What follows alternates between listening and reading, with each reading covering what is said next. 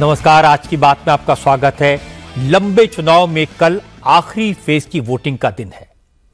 8 राज्यों और केंद्र शासित प्रदेशों की 57 सीटों पर कल मतदान होगा। मैं कुछ खास सीटों के नाम आपको बता देता हूं। पश्चिम बंगाल की डायमंड हार्बर सीट से ममता बनर्जी के भतीजे अभिषेक बनर्जी मैदान में हैं। पाटलिपुत्र से लालू प्रसाद यादव की बेटी मीसा भारती चुनाव लड़ रही हैं। पटना साहिब से फॉर्मर मिनिस्टर बीजेपी के बड़े नेता रविशंकर प्रसाद, गोरखपुर से फिल्म स्टार रवि किशन, मंडी से फिल्म स्टार कंगना रनौत और हमीरपुर से केंद्रीय मंत्री अनुराग ठाकुर का चुनाव भी कल ही होना है। सबसे ज्यादा फोकस होगा वाराणसी की सीट पर। यहां से प्रधानमंत्री नरेंद्र मोदी तीसरी बार चुनाव लड़ रहे हैं और उनके समर्थकों की कोशिश है कि इस बार मोदी को रिकॉर्ड वोटों से जिताया जाए। लेकिन नरेंद्र मोदी इस सारे शोरगुल से दूर कन्याकुमारी में विवेकानंद शिला पर ध्यान लगाकर बैठे हैं। लेकिन वोटिंग से पहले कांग्रेस और दूसरी पार्टियों के नेताओं ने मोदी के ध्यान को भी बड़ा सियासी इशू बना दिया। कांग्रेस के एक नेता तो इतने नाराज हो गए कि उन्होंने मोदी के मरने की कामना कर दी। यहां तक कह दिया कि वो तो प्रार्थना करेंगे कि मोदी हमेशा के लिए मौन हो जाएं। मल्लिकार्जुन खड़गे ने कहा, कन्याकुमारी में मोदी के ध्यान पर जो खर्चा हो रहा है वो देश के पैसे की बर्बादी है। मोदी के चुनावी ध्यान का खर्चा बीजेपी से वसूला जाना चाहिए। अधीर रंजन चौधरी ने कहा कि मोदी का ज्ञान और ध्यान दोनों फर्जी हैं, चुनावी नाटक है। मोदी का ध्यान वोटों पर है। पवन खेड़ा ने कहा कि मोदी ने 10 साल तक जनता का ध्यान भटकाया, इसलिए अब उन्हें ध्यान की जरूरत पड़ी। तृणमूल कांग्रेस के कुणाल घोष ने कहा, ध्यान तो सिर्फ बहाना है, असल में मोदी ने 10 साल तक जो पाप किए उनके प्रायश्चित के लिए कन्याकुमारी गए हैं। विरोधी दलों के नेताओं ने नरेंद्र मोदी पर तरह तरह के इल्जाम लगाए। मोदी मौन व्रत पर हैं, ध्यान लगा रहे हैं, इसलिए मोदी का कोई जवाब तो नहीं आया। लेकिन बीजेपी के नेताओं ने कहा, जो सनातन के विरोधी हैं वो सनातन की शक्ति और ध्यान के महत्व को समझ ही नहीं सकते। प्रधानमंत्री मोदी 45 घंटे की ध्यान साधना पर हैं। देश के दक्षिण छोर पर कन्याकुमारी में विवेकानंद रॉक मेमोरियल के ध्यान मंडपम में मोदी मेडिटेशन कर रहे हैं। आज सुबह विवेकानंद मेमोरियल से मोदी की तस्वीरें आई। इसमें सूर्योदय के वक्त प्रधानमंत्री मोदी सूर्य को जल देते हुए सूर्यदेव की आराधना करते हुए नजर आए। इसी तस्वीर में वो विवेकानंद मेमोरियल के प्रांगण में ध्यान मुद्रा में प्राणायाम करते हुए दिखे।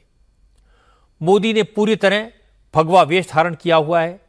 उनके हाथ में रुद्राक्षी एक माला है और वो मंत्र जाप करते हुए दिखाई दे रहे हैं। इसके बाद प्रधानमंत्री मोदी ध्यान मंडपम के अंदर चले गए। यहां स्वामी विवेकानंद की मूर्ति को प्रणाम करके उन्होंने ओंकार की ध्वनि के बीच ध्यान शुरू किया।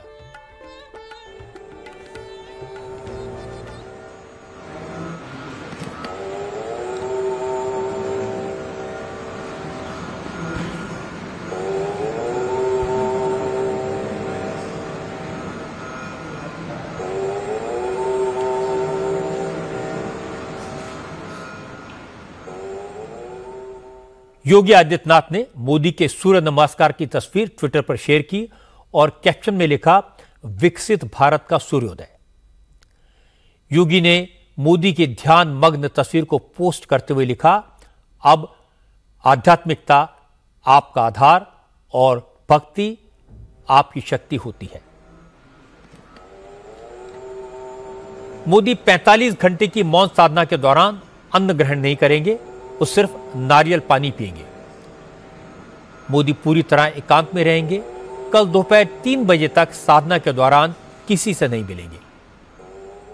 मोदी खामोश हैं, मौन हैं, लेकिन विरोधी दलों के नेता पूरी आवाज में चिल्ला रहे हैं। आखिरी दौर की वोटिंग से पहले साइलेंट पीरियड चल रहा है और विपक्ष का कहना है कि मोदी साइलेंट क्यों हैं, ध्यान करने क्यों चले गए। 4 जून के बाद जाना चाहिए था, अपने घर में ध्यान लगाना चाहिए था। कल शाम से इस वक्त तक कन्याकुमारी से नरेंद्र मोदी की 6 तस्वीरें और एक 2 मिनट का वीडियो आया है। लेकिन विरोधी दलों के नेता कह रहे हैं कि कैमरे मोदी की फोटो क्यों खींच रहे हैं। कोई कह रहा है कि मोदी मौन क्यों है? चुनाव आयोग ने आंखें क्यों मूंद ली? खासतौर पर कांग्रेस के नेता तो इतने नाराज हैं कि मल्लिकार्जुन खड़गे और राहुल गांधी से लेकर पवन खेड़ा तक सबने मोदी के साधना पर सवाल खड़े किए। दिल्ली से लेकर कोलकाता तक कांग्रेस के नेता लगातार इस मुद्दे पर बोलते रहे। मल्लिकार्जुन खड़गे ने कहा, मोदी को ध्यान करना था तो अपने घर पर करते, कन्याकुमारी जाने की क्या जरूरत थी? चुनाव का वक्त है, मॉडल कोड लागू है, मोदी के ध्यान पर सरकारी खर्चा हो रहा है, ये ठीक नहीं है। खड़गे ने कहा कि मोदी के चुनावी ध्यान का खर्चा बीजेपी को उठाना चाहिए। धर्म के भावनाओं को चुनाव से, वोट से जोड़ना ये गलत है, लेकिन आज कन्याकुमारी में जाके बैठ के ये जो करने का नाटक कर रहे, इससे अब 2000, 4000 कितने पुलिस हो, 10,000 तक वहाँ पर लोगों को लगा रहे ड्यूटी। कितना देश का पैसा खराब हो रहा है। अभी कोड ऑफ कंडक्ट है, क्या चलते गए वहाँ पर? फ्लाइट में ही गए ना, और इनके पीछे 2-4 फ्लाइट, हजारों गाड़ियाँ, इसका खर्चा कौन देगा? कोड ऑफ कंडक्ट एक तरफ है और एक तरफ आप ध्यान करने के लिए विवेकानंद रॉक में जाके बैठने का जो दिखावा कर रहे हैं, इससे देश का उल्टा नुकसान होता है, कोई फायदा। अगर आपको भगवान के इसमें श्रद्धा है तो घर में बैठ के करो ना, वहाँ पर तो आपको नहीं लगेगा खर्चा, नहीं तो आप अपने पार्टी से भर्ती करो, नहीं तो खुद उसको खर्चा उठाओ। खड़गे को पहले मोदी के राम मंदिर जाने से प्रॉब्लम थी, अब उनके कन्याकुमारी जाने से प्रॉब्लम है। राहुल गांधी भी मोदी के ध्यान से दुखी हैं, लेकिन उनके दुख का कारण थोड़ा अलग है। राहुल ने एक छोटा सा वीडियो जारी किया और कहा कि देश के इंटेलेक्चुअल्स मांग कर रहे थे मोदी की राहुल गांधी के साथ डिबेट होनी चाहिए, लेकिन अब तो मोदी मौन साधना पर चले गए, इसलिए डिबेट नहीं हो पाएगी। इंडिया गठबंधन की सरकार बन रही है। इंटेलेक्चुअल्स ने, थॉट लीडर्स ने प्रधानमंत्री को कहा था कि मेरे साथ डिबेट करें, मगर वो डिबेट नहीं कर पाए और अब तो डिबेट पॉसिबल है ही नहीं क्योंकि वो मौन व्रत पे चले गए हैं। लेकिन मुर्शिदाबाद से अधीर रंजन चौधरी ने कहा कि ध्यान बयान कुछ नहीं, मोदी चुनावी ड्रामा कर रहे हैं। पश्चिम बंगाल कांग्रेस के अध्यक्ष अधीर रंजन चौधरी ने कहा कि प्रचार के वक्त मोदी सबको ज्ञान बांटते रहे, अब प्रचार खत्म हो गया, ध्यान का नाटक करके कैंपेन कर रहे हैं, लेकिन अब कुछ होने वाला नहीं है क्योंकि मोदी का ज्ञान और ध्यान दोनों झूठा है। मोदी जी की दर्शन के लिए समय बड़ा ढंग से चुने उन्होंने। कई महीना हो गया देश भर के लोगों को मोदी जी अपने ज्ञान बांटे, फिर चुनाव की जब अंतिम समय आ गए हैं तो मुझे उनको लगा कि अभी तो झूठा ज्ञान बांटने की मौका नहीं मिलेंगे, तो चलो क्यों खामोशी तरीके से वोट मिलने के लिए थोड़ा ध्यान किया जाए। तो मान लो कि ये ज्ञान और ये ध्यान, ये दोनों मोदी जी की नोटंकी की दो हिस्सा है। मन से और तन से अगर स्वामी विवेकानंद जी को मोदी जी स्मरण करते कभी, तो मोदी जी की जुबान से इस देश में नफरत फैलाने के लिए कोई लफ्ज नहीं निकालते। तो इसलिए मोदी जी की झूठे ज्ञान और उसके साथ झूठे ध्यान, इसका कोई असर हिंदुस्तान में नहीं होगी। कांग्रेस के बहुत सारे नेताओं ने आज मोदी के ध्यान का मजाक बनाया, मोदी के ध्यान को नए नए नाम दिए। पवन खेड़ा ने मोदी के ध्यान को 7 स्टार मेडिटेशन कहा। पवन खेड़ा ने कहा मोदी ध्यान कर रहे हैं और कन्याकुमारी में पहुंचे टूरिस्ट, वहां के व्यापारी, मछुआरे और आम लोग सब परेशान हो गए हैं। पवन खेड़ा ने कहा कि 4 जून के बाद मोदी वैसे भी खाली होने वाले हैं, उसके बाद ध्यान लगाने जाते तो कुछ भला हो सकता था, लेकिन फिलहाल कुछ नहीं मिलेगा। हमारे जो प्रधानमंत्री हैं, जिनको जयराम जी निवर्तमान कहते हैं, थोड़े दिनों में भूतपूर्व कहेंगे, प्रधानमंत्री जी ने और उनकी पार्टी ने म से अपना प्रचार रखा। मंदिर, मंगलसूत्र, मछली, मटन, मुसलमान, महात्मा, मेडिटेशन।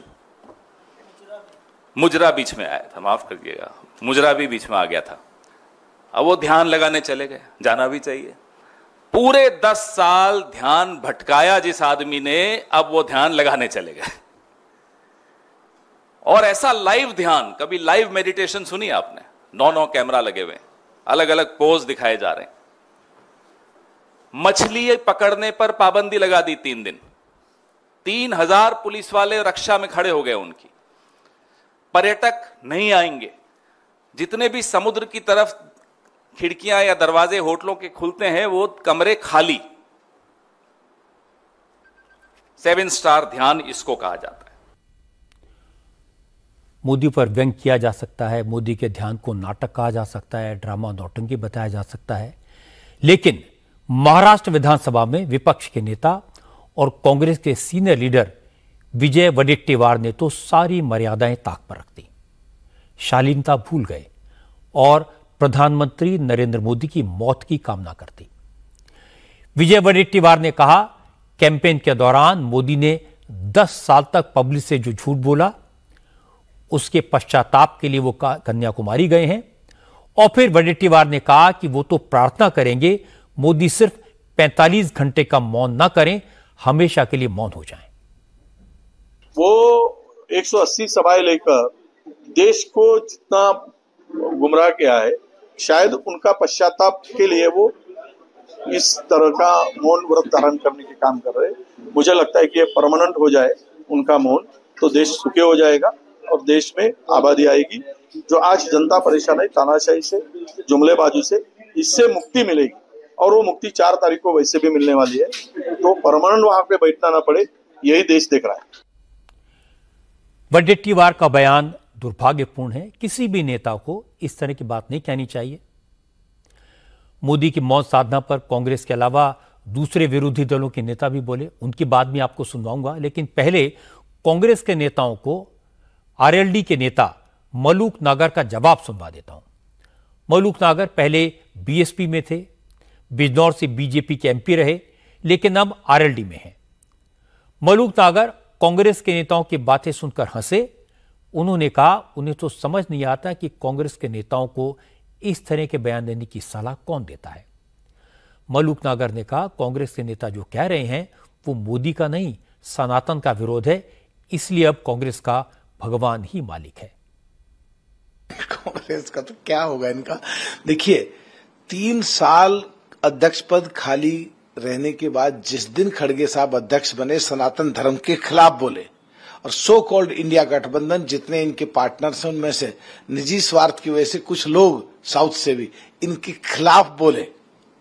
अब ऐसी स्थिति में राम मंदिर की जो बात आई है वहां जाते नहीं है और कोई आदमी अपना पूरा काम करके प्रचार का अगर किसी भी मंदिर में जाके या किसी भी धार्मिक स्थान पे जाके और पूजा करे, ये उसके भी खिलाफ बोल रहे हैं, तो बिल्कुल क्लियर कट एक मैसेज दे रहे हैं कि ये सनातन धर्म के खिलाफ हैं। और 75-80% लोग जो सनातन धर्म को मानते हैं वो पूरा का पूरा पिछले चरणों में भी, और एक चरण जो बचा आ गया उसमें बिल्कुल इनका कबाड़ा हो जाएगा। कौन इनका सलाहकार है, कौन सलाहकार नहीं है, क्या बोलते हैं क्या नहीं बोलते हैं, पता नहीं कुछ। इस मामले में मध्य प्रदेश के पूर्व मुख्यमंत्री शिवराज सिंह चौहान भी बोले। शिवराज सिंह ने कहा, मोदी आध्यात्मिक व्यक्ति हैं, ध्यान की शक्ति को जानते हैं, अगले 5 साल में संकल्प पूरे करने हैं, उसके लिए ऊर्जा की आवश्यकता है, मानसिक दृढ़ता की आवश्यकता होगी, इसीलिए मोदी 2 दिन की साधना कर रहे हैं। शिवराज सिंह ने कहा कि राहुल गांधी या कांग्रेस के नेता इस बात को कभी समझ ही नहीं सकते।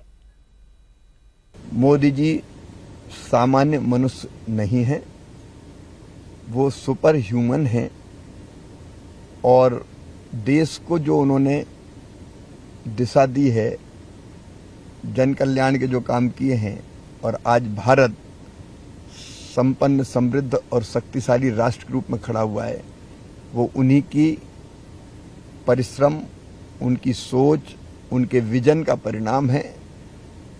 और वो फिर विकसित भारत के निर्माण के अभियान में जुटने वाले हैं। उसके पहले ध्यान करना, मेडिटेशन करना, सोचना और पूरी क्षमता से उसके बाद काम में जुटने की तैयारी करना, ये तो आध्यात्मिक व्यक्ति की पहचान है। मनुष्य अनंत शक्तियों का भंडार है और मेडिटेशन उन शक्तियों को जागृत करने की एक प्रक्रिया है। तो मुझे लगता है कि मोदी जी ऐसे व्यक्तित्व है जो अपनी संपूर्ण क्षमता और शक्ति को एकत्रित करके और फिर विकसित भारत के कल्याण के काम में जुटेंगे। मोदी के मेडिटेशन पर विपक्ष के जो आरोप थे उनसे रविशंकर प्रसाद बेहद नाराज दिखे। रविशंकर प्रसाद ने कहा, मोदी साधक हैं, सनातन धर्म पर उनका विश्वास है। जो लोग मोदी पर सवाल खड़े कर रहे हैं वो तो राम मंदिर की प्राण प्रतिष्ठा तक में नहीं गए। ऐसे लोगों को न मोदी पर आरोप लगाने का कोई हक है, न उनके आरोपों का जवाब देने की जरूरत है। ये बहुत बेशर्मी की बात है।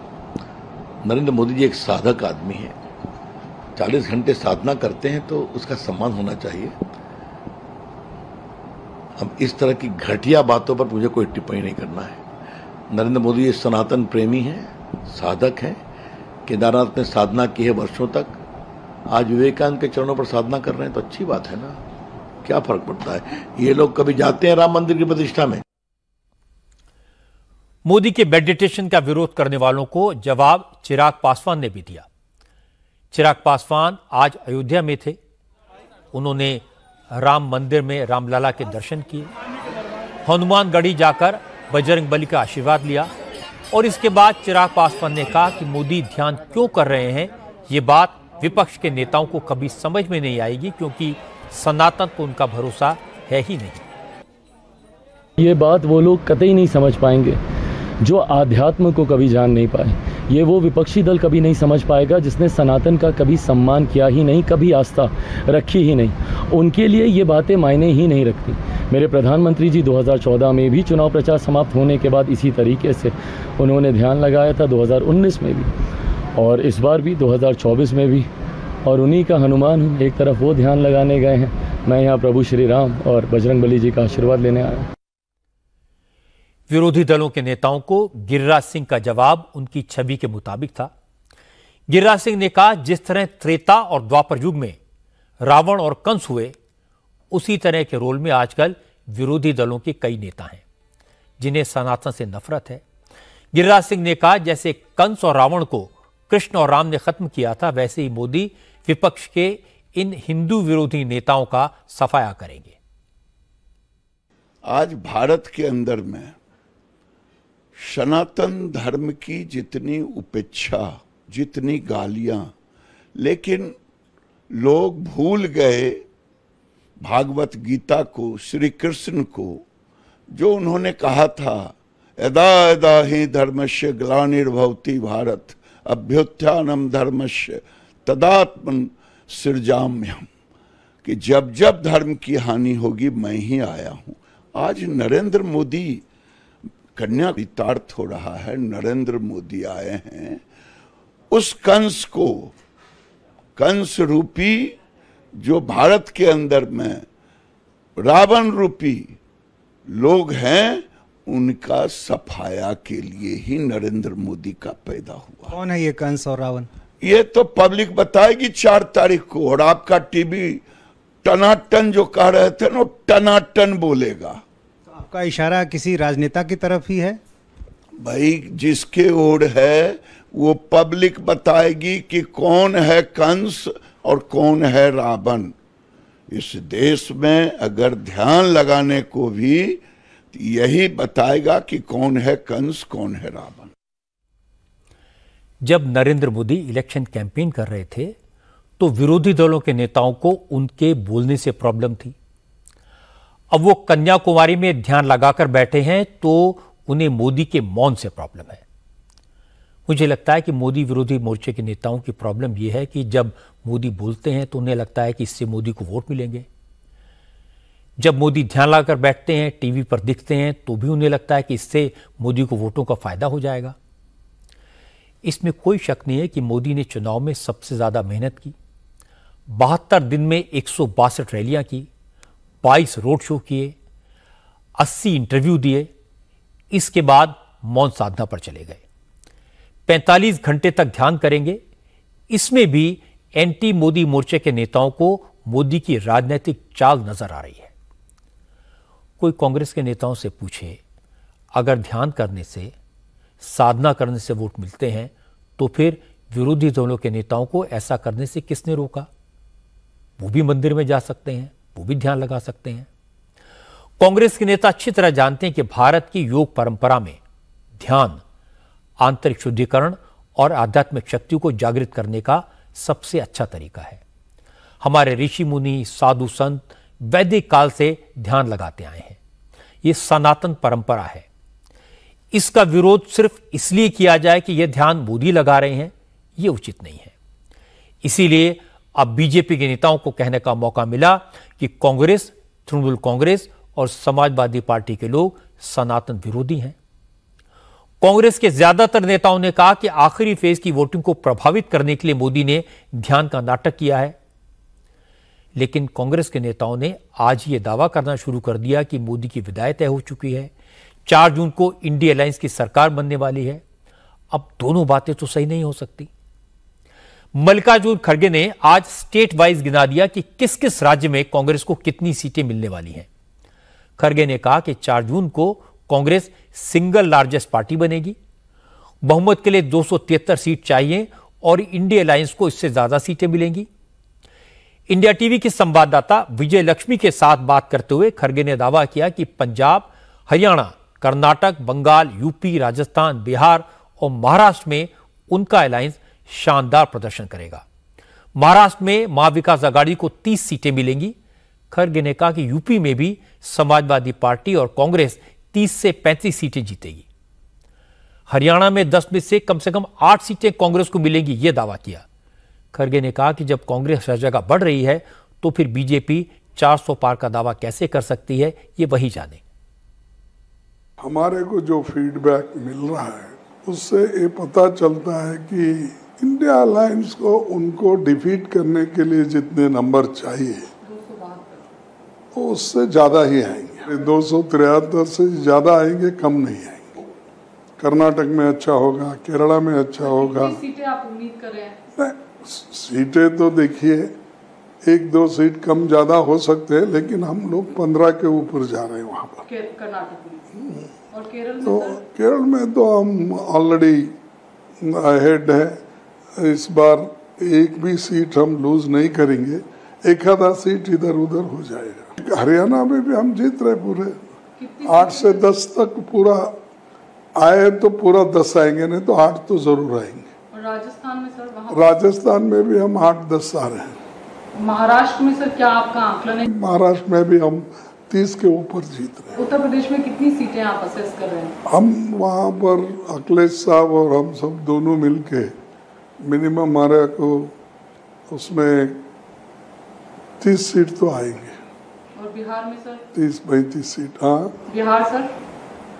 बिहार तो लास्ट टाइम एक भी नहीं था, आरजेडी का हमारा एक था। तो वहाँ पर भी हम कम से कम 20 के नजदीक जा रहे हैं। पंजाब में भी हम अच्छा लेंगे और उत्तराखंड में भी हम 50-50 तो ले जाएंगे, हिमाचल में लेंगे। सब जगह हमारा इस बार ठीक रहेगा। मल्लिकार्जुन खड़गे का सब जगह ठीक रहने का दावा आपने सुना। अब मैं आपको भारतीय जनता पार्टी के अध्यक्ष जेपी नड्डा की बात सुनाता हूं। नड्डा ने आज कहा कि कोई कुछ भी दावा करे, लेकिन इस बार बीजेपी अपने लक्ष्य को बड़े आराम से हासिल करेगी। जनता एनडीए को 400 से ज्यादा सीटें देकर नरेंद्र मोदी को तीसरी बार देश का प्रधानमंत्री बनाएगी। इंडिया टीवी के पॉलिटिकल एडिटर देवेंद्र पाराशर के साथ एक खास बातचीत में नड्डा ने अपने विश्वास का गणित भी समझाया। जेपी नड्डा ने कहा कि इस बार बंगाल, यूपी, आंध्र प्रदेश, तेलंगाना, केरल और महाराष्ट्र जैसे राज्यों में बीजेपी की सीटों की संख्या बढ़ेगी। राजस्थान, मध्य प्रदेश, गुजरात, हरियाणा और हिमाचल प्रदेश में बीजेपी अपना पुराना प्रदर्शन बरकरार रखेगी। नड्डा ने कहा इस बार बंगाल में बीजेपी 30 से ज्यादा सीटें जीतेगी। उड़ीसा में बीजेपी को 21 में से 18 सीटें मिलेंगी और बिहार में बीजेपी और उसके अलायंस पार्टनर मिलकर 40 की 40 सीटें जीतेंगे। कि हम हर जगह हर समय क्षण क्षण बढ़ते चले गए हैं, इसलिए हमारा परफॉर्मेंस मध्य प्रदेश में इंटैक्ट रहेगा, राजस्थान में इंटैक्ट रहेगा, महाराष्ट्र में इंटैक्ट रहेगा, उत्तर प्रदेश में हमारी सीटें बढ़ेंगी। उसी तरीके से हम हिमाचल, हरियाणा, जम्मू कश्मीर, पंजाब सब जगह हम मेंटेन करेंगे और हम आगे बढ़ेंगे। जो जगहें हमारे पास नहीं थी वहाँ संगठन ने बहुत तरीके से अपने आप को आगे बढ़ाया है। वो है वेस्ट बंगाल, वो है उड़ीसा, वो है तेलंगाना, वो है आंध्र प्रदेश, वो है तमिलनाडु। इन जगहों पर हमारा सीट शेयर बढ़ेगा और अच्छे से बढ़ेगा। अमित शाह जी के नेतृत्व में बंगाल में 18 सीटें आई थी, इस बार हम 32 के आसपास जाएंगे, 30 प्लस जाएंगे। हम अलग लड़ रहे हैं और पूरी ताकत के साथ लड़ेंगे और मुझे पूरा विश्वास है कि 21 में से हम 18 प्लस सीटों पर आगे जा रहे हैं। हम असम में बहुत अच्छा करेंगे और उसी तरीके से हम मणिपुर की दोनों सीटें रिटेन करेंगे। देखिए, भारतीय जनता पार्टी जब लड़ती है तो हम ये अलायंस में ये नहीं मानते कि ये सीट जेडीयू की है। हर सीट बीजेपी लड़ रही है और बीजेपी की जमीनी ताकत पूरी है और जेडीयू का भी पूरा वोट बैंक इंटैक्ट है। तो वो दोनों मिलाकर के हम बिहार में कोई हमको लूज करने की जरूरत नहीं है, हम सारी सीटें वहां जीत करके आएंगे। मध्य प्रदेश के पूर्व मुख्यमंत्री शिवराज सिंह चौहान ने भी दावा किया कि कांग्रेस को तो जनता टाटा बाय बाय पहले ही कह चुकी है और यह बात नतीजों से एक बार फिर साबित हो जाएगी। शिवराज चौहान ने कहा इस बार एनडीए 400 पार होगा और खास तौर पर दक्षिण भारत में बीजेपी के वोट बढ़ेंगे और सीटों की संख्या में भी इजाफा होगा। ये नारा पार्टी का नहीं है, ये नारा अब जनता लगा रही है और सचमुच में मैं कह रहा हूं कि एनडीए 400 सीटें पार कर रहा है। साउथ में आश्चर्यजनक परिणाम आएंगे। आप तेलंगाना, आंध्र प्रदेश, इवन तमिलनाडु, केरल, सब राज्यों में, कर्नाटक में तो भारतीय जनता पार्टी पहले से ही मजबूत है। तेलंगाना में हमारी सीटें अब प्रत्याशित रूप से बढ़ रही है। हम लोग आंध्र प्रदेश पर शानदार सफलता प्राप्त कर रहे हैं अपने एनडीए पार्टनर के साथ, टीडीपी के साथ। और जो वोट परसेंटेज तमिलनाडु, केरल में भी हमें सीटें मिल रही है, वोट परसेंटेज भी अप्रत्याशित रूप से बढ़ेगा क्योंकि मैंने हर जगह मोदी जी के प्रति श्रद्धा और भक्ति का भाव देखा है। टाटा बाय बाय अब कांग्रेस को होने वाला है। राहुल जी का भी ये शायद अंतिम प्रयास सिद्ध होगा। जनता वैसे उनको टाटा बाय बाय करने वाली, और कांग्रेस के इतिहास सब जानते हैं, आज बचा क्या है कांग्रेस के पास। महाराष्ट्र एक ऐसा राज्य है जहां इस बार चुनाव इंटरेस्टिंग है। मुकाबला महाविकास आघाड़ी और महायुति के बीच है। 6 पार्टियां चुनाव के मैदान में हैं। मल्लिकार्जुन खड़गे का दावा है कि महाराष्ट्र में महाविकास आघाड़ी को 48 में से आधी से ज्यादा सीटें मिलेंगी। शरद पवार भी यही कह रहे हैं। कल अमित शाह ने भी माना था कि महाराष्ट्र में 1-2 सीटों का नुकसान हो सकता है, इससे महाविकास आघाड़ी के नेताओं को उत्साह बढ़ा। लेकिन आज एकनाथ शिंदे की शिवसेना के नेता शंभूराजे देसाई ने कहा कि महायुति को महाराष्ट्र में 48 में से 45 से ज्यादा सीटें मिलेंगी और एनडीए 400 का फिगर पार करेगा। शिवसेना, बीजेपी, राष्ट्रवादी का जो हमारा अलायंस है, हम लोग ने पहले दिन से लोकसभा इलेक्शन का 45+ का टारगेट रखा है और हम लोग टारगेट अचीव करने के नजदीक गए हैं। इतना ही मैं कह सकता हूँ, जो भी हमारा टारगेट है वो टारगेट के नजदीक हम लोग पहुंच गए हैं। ऐसे ही नतीजे 4 तारीख को आएंगे। 4 तारीख का इंतजार करें। ये एनडीए अभी जो 400 पार का नारा दिया है, वो 400 पार का नारा जरूर हम लोग पार करेंगे। लेकिन उद्धव गुट का दावा है कि महाराष्ट्र में उनकी पार्टी अपने हिस्से की सारी 21 सीटें जीत लेगी। अरविंद सावंत ने कहा 4 जून को महाराष्ट्र में महाविकास आघाड़ी की आंधी आएगी और बीजेपी इस आंधी में उड़ जाएगी। क्या लगता है कितने जीतेंगे? मैं बता देता हूं कि मैं आंकड़े नहीं बताऊंगा, वो बड़े नेतागण हमारे बोल रहे हैं, लेकिन हमारे उद्धव साहब ने तो कहा था 48 के 48 महाविकास आघाड़ी आ जाएगी। बस उसी लाइन पे हम हैं। बिल्कुल। तो कितनी मतलब लोगों में कितना गुस्सा है आप जाकर देखिए। और ये सारा चुनाव उद्धव साहब के सामने घूमता रहा। The central point was only Uddhav साहब। हालांकि मैं किसी को कम नहीं लिखना चाहता हूं, लेकिन जिस तरह से उद्धव साहब ने कोविड काल में काम किया उसके बारे में लोगों के मन में कृतज्ञता का भाव था, और जिस तरह से उनको पद से हटाया गया उसके बारे में गुस्सा था। तो ये दोनों चीजें साथ में आई। तो लोग इंतजार में, हम कह रहे थे लोग इंतजार कर रहे थे 20 तारीख का, 27 तारीख का, जो भी 26 अप्रैल का। तो इंतजार में लोगों ने बता दिया है आप कहाँ जाओगे। 21 के 21 जीतेंगे, सारी जीतने के लिए तो खड़े रहे, तो लड़ने के लिए थोड़े खड़े रहे हम लोग, जीतने के लिए तो खड़े रहे। हालांकि शरद पवार की बेटी सुप्रिया सुले ने थोड़ा संभल कर बात की। उन्होंने महाराष्ट्र को लेकर कोई अनुमान नहीं लगाया। सुप्रिया सुले ने बस इतना कहा कि 4 जून को देश में सरकार बदलने जा रही है क्योंकि लोग मौजूदा सरकार से तंग आ चुके हैं। हाँ बिल्कुल, क्योंकि लोग तंग आ चुके हैं इस सरकार से। और महाराष्ट्र में आप देख रहे हैं भ्रष्टाचार बढ़ रहा है, काम नहीं हो रहा है, जिनके पास पैसा है उनको न्याय मिल रहा है, जो गरीब है मेहनत करने वाला है उस पर अन्याय हो रहा है। ऐसी सरकार लोगों को अच्छी नहीं लगती। और आप देखेंगे कि 4 तारीख को इंडिया अलायंस का बहुत अच्छा रिजल्ट आएगा। चुनाव में कौन जीतेगा, किसको कितनी सीटें मिलेंगी, इस पर दावा करने से तो कोई किसी को नहीं रोक सकता। लेकिन राजनीतिक दलों के दावों पर यकीन करना मुश्किल होता है। सब अपनी अपनी बात कहते हैं। मैंने इलेक्शन एक्सपर्ट प्रशांत किशोर से उनका असेसमेंट पूछा। प्रशांत किशोर इस समय इंडिपेंडेंट हैं, किसी राजनीतिक दल से उनका कोई लेना देना नहीं है और उनके प्रेडिक्शन हमेशा सही साबित हुए हैं। इस चुनाव के बारे में प्रशांत किशोर का कहना है कि बीजेपी आराम से सरकार बनाएगी, नरेंद्र मोदी आराम से तीसरी बार प्रधानमंत्री बनेंगे, इसको लेकर उन्हें कोई शक नहीं है। प्रशांत किशोर का कहना है कि पिछले चुनाव में नॉर्थ और वेस्ट, जिसमें वो कर्नाटक को भी शामिल करते हैं, बीजेपी को 250 सीटें मिली थी। उनका कहना है कि यहां बीजेपी को इस बार कोई सब्सटेंशियल लॉस होता दिखाई नहीं देता। पिछली बार साउथ और ईस्ट से बीजेपी को 53 सीटें मिली थी, जिसने उसे 303 तक पहुंचा दिया था। प्रशांत किशोर का असेसमेंट है कि इस बार ईस्ट और साउथ में उड़ीसा, पश्चिम बंगाल, तेलंगाना और आंध्र प्रदेश में बीजेपी को सब्सटेंशियल गेन होगा, 25-26 सीटों का फायदा होगा और यह बीजेपी की भारी जीत को सुनिश्चित करेगा। प्रशांत किशोर ने पश्चिम बंगाल में ममता बनर्जी के साथ काम किया है और पिछले असेंबली इलेक्शन में उन्होंने ममता की लैंडस्लाइड विक्ट्री और बीजेपी की हार का सही प्रेडिक्शन किया था। बंगाल में एक बार फिर ममता का मुकाबला बीजेपी से है। प्रधानमंत्री मोदी ने कहा कि इस बार बीजेपी का सबसे अच्छा प्रदर्शन बंगाल में दिखेगा। अमित शाह और जेपी नड्डा ने भी बंगाल में बीजेपी को 30 सीटें मिलने का अनुमान लगाया है। लेकिन तृणमूल कांग्रेस ने दावा किया है कि बीजेपी इस बार बंगाल में डबल डिजिट को टच नहीं कर पाएगी।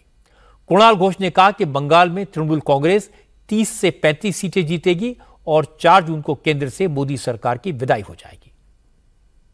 एनडीए जा रहा है, इंडिया आ रहा है, तो इंडिया गठबंधन वो आ रहा है जिसका एक बहुत बड़ा, जिसका कंट्रोल बंगाल का हाथ में होगा, दीदी के हाथ में होगा, क्योंकि 30 से 35 तक एमपीज ममता दी का साथ होंगे। बंगाल में भाजपा डबल डिजिट होने का ही बहुत टफ है और अगर बंगाल को उन्होंने बेसलाइन पकड़ के चलेगा तो पूरा देश में तो सब मिलाकर वो 100 नहीं क्रॉस करेगा। हम लोग 30 से 35 तक सीट आउट ऑफ 42 हम लोग जीतने का हम लोग कॉन्फिडेंट है। इलेक्शन कैंपेन के दौरान तरह तरह की बातें हुई। अब इन बातों का जवाब ढूंढने का मौका भी आ गया है। जैसे अरविंद केजरीवाल ने एक शिगुफा छोड़ा था।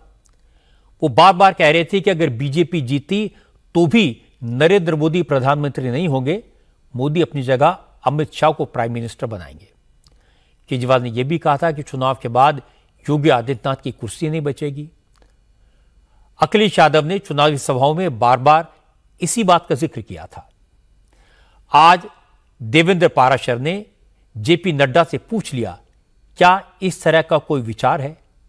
तो नड्डा ने कहा कि मोदी के रिटायर होने को लेकर जो बातें कही जा रही हैं वो बकवास हैं। मोदी सिर्फ 2024 में ही नहीं 2029 में भी बीजेपी का नेतृत्व करेंगे। योगी को हटाने के केजरीवाल के बयान पर नड्डा ने कहा कि केजरीवाल ने अपने सारे कॉम्पिटिटर्स को अपनी पार्टी से निकाल दिया। वो सोचते हैं पार्टी ऐसे ही चलती है, लेकिन बीजेपी हर नेता का पूरा सम्मान करती है। इनको मोदी जी से डर क्यों लगता है? भाई मैंने पहले स्पष्ट शब्दों में मेरा ट्वीट आया है कि ऐसी कोई संवैधानिक व्यवस्था नहीं है और मोदी जी हमारा नेतृत्व 2024 में भी करेंगे, 2029 में भी करेंगे। देखिए, इनके घरों में इनकी पार्टियां ऐसी चलती हैं, इसलिए सोचते हैं हमारी पार्टी भी ऐसी चलती होगी। अब तुमने अपने यहां तो किसी को रहने नहीं दिया, केजरीवाल, जो चैलेंज बना उसको आपने निकाल दिया। तो आपको लगता है कि भारतीय जनता पार्टी भी इसी तरीके से सोचेगी। भारतीय जनता पार्टी एक एक नेता को हाथ से संभाल करके कदम बर कदम बढ़ाते हुए आगे ले जाती है और वरिष्ठतम नेताओं को पूरे संभाल करके उनका सदुपयोग होता है। इसलिए इस तरीके की न सोच है हमारी, न इस तरीके का। हाँ, ये मसाला 2 दिन 3 दिन मीडिया में अपने को गर्म रखने के लिए, अब ये बेचारे बिकते नहीं है तो क्या करें, ऐसे ही भाषण दे करके बिकेंगे। ये अब बिकना शब्द अच्छा नहीं है, लेकिन ये इनकी मार्केट में यही टर्मिनोलॉजी है, इसलिए मैं बोल रहा हूं। देश भर में चुनाव को लेकर तकरार है, लेकिन एक बात है जिसने सबको खुश किया है, कोई कहे या न कहे। जम्मू कश्मीर में जिस तरह से लोगों ने बाहर आकर वोट दिया है, 4 लोकसभा सीटें हैं जिनके नतीजों पर सबकी नजर है, क्योंकि आर्टिकल 370 खत्म होने के बाद जम्मू कश्मीर में यह पहला चुनाव है और लोगों ने रिकॉर्ड वोटिंग की है। आज फारूक अब्दुल्ला ने कहा उनको पूरी उम्मीद है कि लोगों ने उनके अलायंस को वोट दिया होगा और 4 जून को सारे एग्जिट पोल गलत साबित होंगे। उम्मीद पे दुनिया कायम है, उम्मीद नहीं होगी तो फिर दुनिया का फायदा। हम लोगों का जिंदगी क्या है, उम्मीद ही तो है।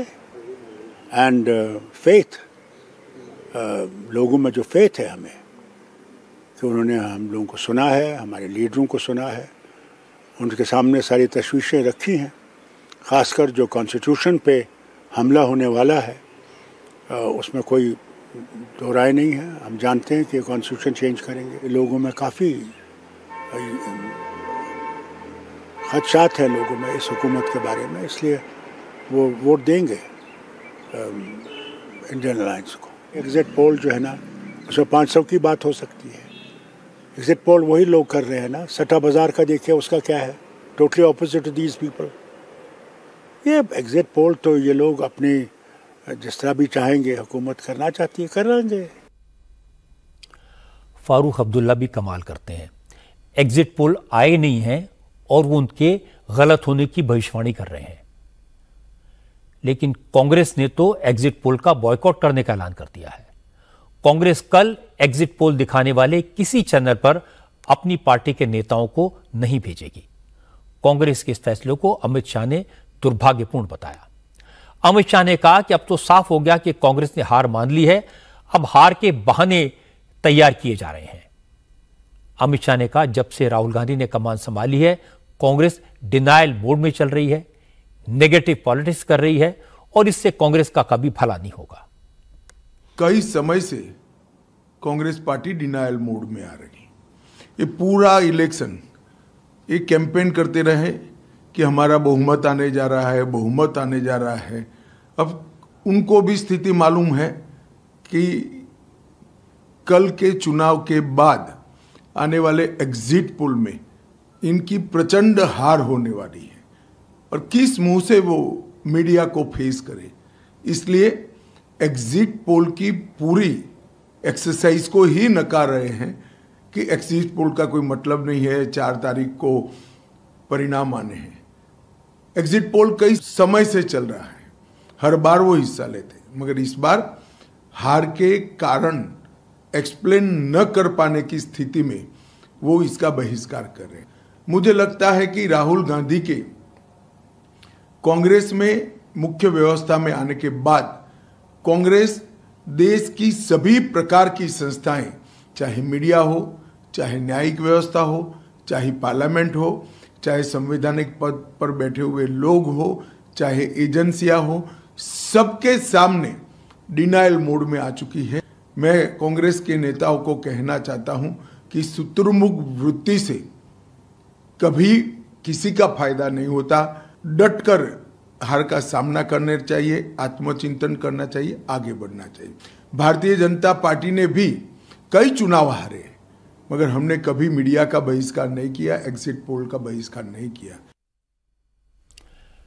अमित शाह की बात सही है। ऐसा लगता है कि कांग्रेस ने यह मान लिया कि एग्जिट पोल तो उसके खिलाफ ही होंगे, इसलिए एग्जिट पोल के बॉयकॉट का फैसला कर लिया। हालांकि एग्जिट पोल क्या कहते हैं, क्या अनुमान लगाते हैं, इसका अंदाजा कल शाम 5 बजे के बाद मिलेगा। इंडिया टीवी का एग्जिट पोल नतीजे आने से पहले आपको नतीजों का सही अनुमान बताएगा।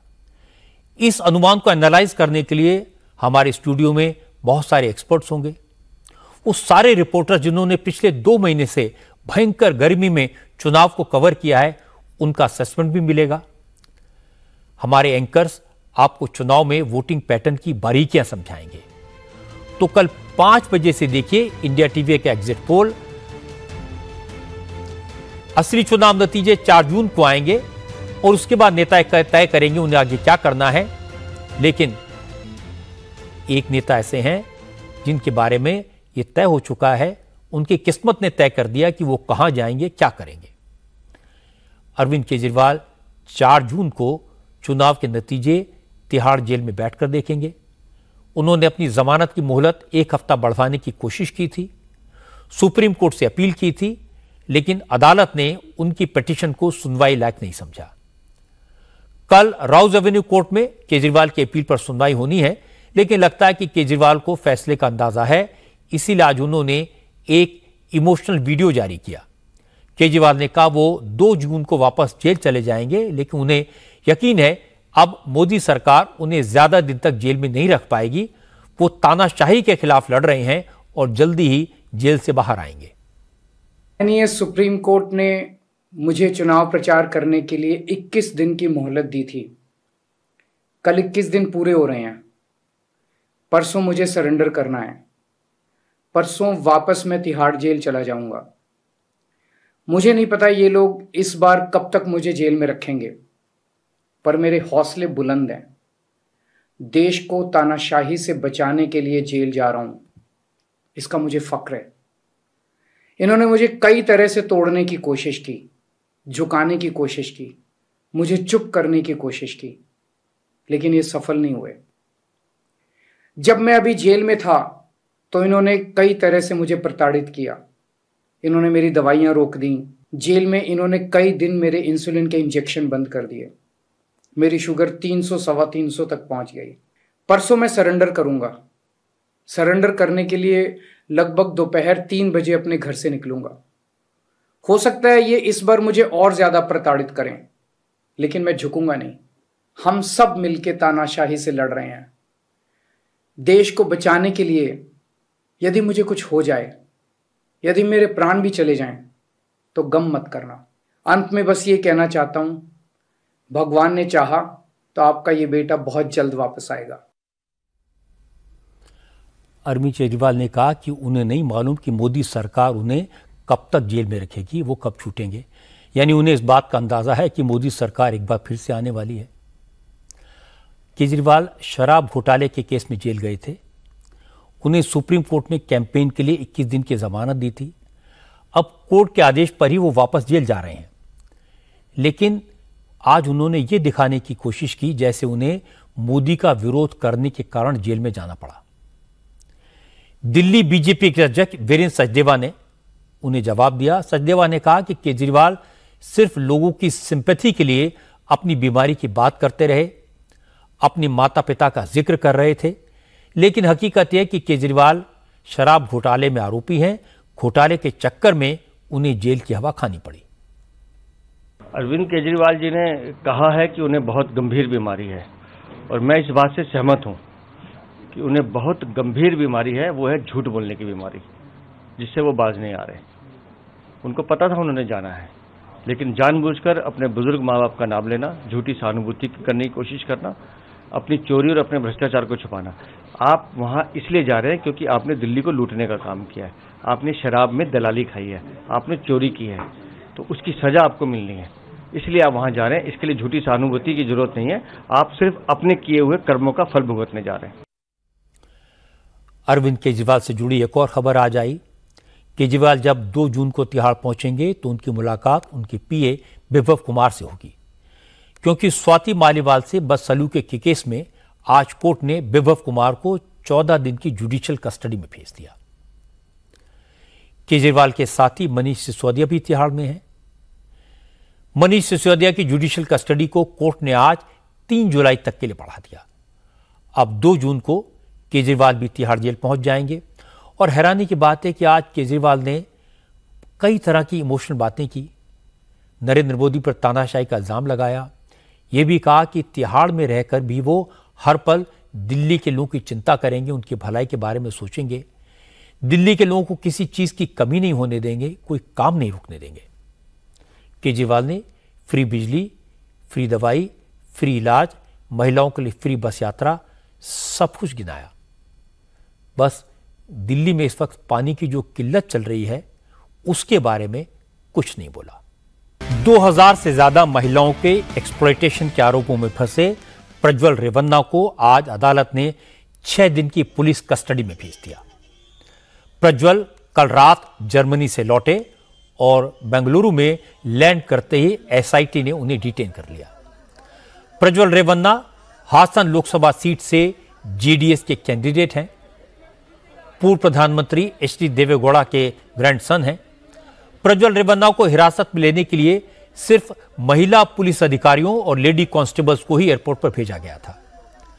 कर्नाटक के होम मिनिस्टर जी परमेश्वर ने कहा, क्योंकि प्रज्वल रेवन्ना ने महिलाओं का शोषण किया है, इसीलिए प्रज्वल को सबक सिखाने के लिए लेडी पुलिस अफसरों को गिरफ्तारी के लिए भेजा गया। इस मामले में हैरानी की बात यह भी है कि प्रज्वल रेवन्ना के हजारों वीडियो तो सामने आए हैं, लेकिन अभी तक पीड़ित महिलाएं शिकायत करने सामने नहीं आई। अब कर्नाटक सरकार ने पीड़ितों से सामने आकर शिकायत दर्ज कराने की अपील की है। हमने लोगों से शिकायत दर्ज करने की अपील की है। मैं फिर से अपील कर रहा हूं कि जो भी लोग इसमें शामिल हैं, वीडियो में दिख रहे हैं, वो सामने आए, अपना बयान या शिकायत दर्ज कराए। एसआईटी इस पर एक्शन करेगी, गवाहों और शिकायतकर्ताओं को सुरक्षा भी देगी। ये सुनिश्चित करेगी कि उन्हें कोई नुकसान ना हो। प्रज्वल रेवन्ना का केस जितना घिनौना है, जितना शॉकिंग है, उतना ही सस्पेंस से भरा हुआ भी है। हजारों वीडियो बनाने का आरोप है। दावा किया जा रहा है कि प्रज्वल रेवन्ना ने 2500 महिलाओं का शोषण किया, उनके वीडियो बनाए। ये वीडियो बनाने में कम से कम 3-4 साल लगे होंगे। पिछले कई महीनों से ये वीडियो चर्चा में थे, लोगों के मोबाइल में पहुंच चुके थे। लेकिन अब सवाल यह कि कर्नाटक में 1 साल से कांग्रेस की सरकार है, कांग्रेस सरकार ने प्रज्वल के खिलाफ कोई एक्शन क्यों नहीं लिया? अब तक कोई विक्टिम महिला सामने क्यों नहीं आई? अब प्रज्वल पुलिस की गिरफ्त में है और उम्मीद है कि इन सारे सवालों के जवाब जल्दी मिलेंगे। एक परेशान करने वाली खबर आपको बता दूं, देश में भारी गर्मी की वजह से अब तक 300 से ज्यादा लोगों की मौत हो चुकी है। गर्मी की सबसे ज्यादा मार यूपी और बिहार में दिखाई दे रही है। और दुख की बात यह है कि कई जगह इलेक्शन ड्यूटी में लगे कर्मचारियों और जवानों की मौत की खबर भी आई है। यूपी के मिर्जापुर में गर्मी से चुनाव ड्यूटी में लगे 13 जवानों की मौत हो गई। यूपी में गर्मी से मरने वालों की फिगर 150 से ज्यादा हो चुकी है। बिहार में भी गर्मी से 60 से ज्यादा लोगों की मौत हुई है। पिछले 48 घंटे में ही 29 लोगों की जान गई, जिसमें चुनाव ड्यूटी में लगे 10 अधिकारी और कर्मचारी भी शामिल हैं।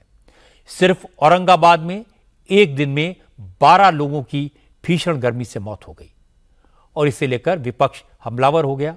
तेजस्वी यादव ने कहा कि विपक्ष के दबाव में एक दिन पहले स्कूल बंद किए, लेकिन फिर भी इस जानलेवा गर्मी में शिक्षकों को स्कूल आने के आदेश दिए गए। जब छात्र ही नहीं है तो फिर टीचर्स को क्यों बुलाया जा रहा है? आरजेडी के दूसरे नेताओं ने भी कहा कि मुख्यमंत्री समेत पूरा मंत्रिमंडल एसी में बैठा है और लोगों की जान लेने पर आमादा है। आज की बात में इतना ही, लेकिन विदा लेने से पहले आपको बता दूं कि कल रात 10 बजे आप एक बार फिर देख सकते हैं प्रधानमंत्री नरेंद्र मोदी के साथ ऐतिहासिक इलेक्शन शो। नरेंद्र मोदी के साथ इस चुनावी शो को पूरी दुनिया में जबरदस्त रिस्पॉन्स मिला। दुनिया भर से इस शो को फिर से टेलीकास्ट करने की मांग आई, इसीलिए दर्शकों की मांग पर आप देख सकेंगे नरेंद्र मोदी का यह शानदार शो एक बार फिर कल रात 10 बजे। और चूंकि कल 57 सीटों पर वोटिंग के साथ चुनाव खत्म हो जाएंगे, कल शाम 5 बजे से आप इंडिया टीवी पर देख सकेंगे सबसे भरोसेमंद एग्जिट पोल। 543 सीटों पर क्या नतीजा होगा? क्या मोदी 400 के पार जाएंगे? क्या कांग्रेस 3 फिगर तक पहुंच पाएगी?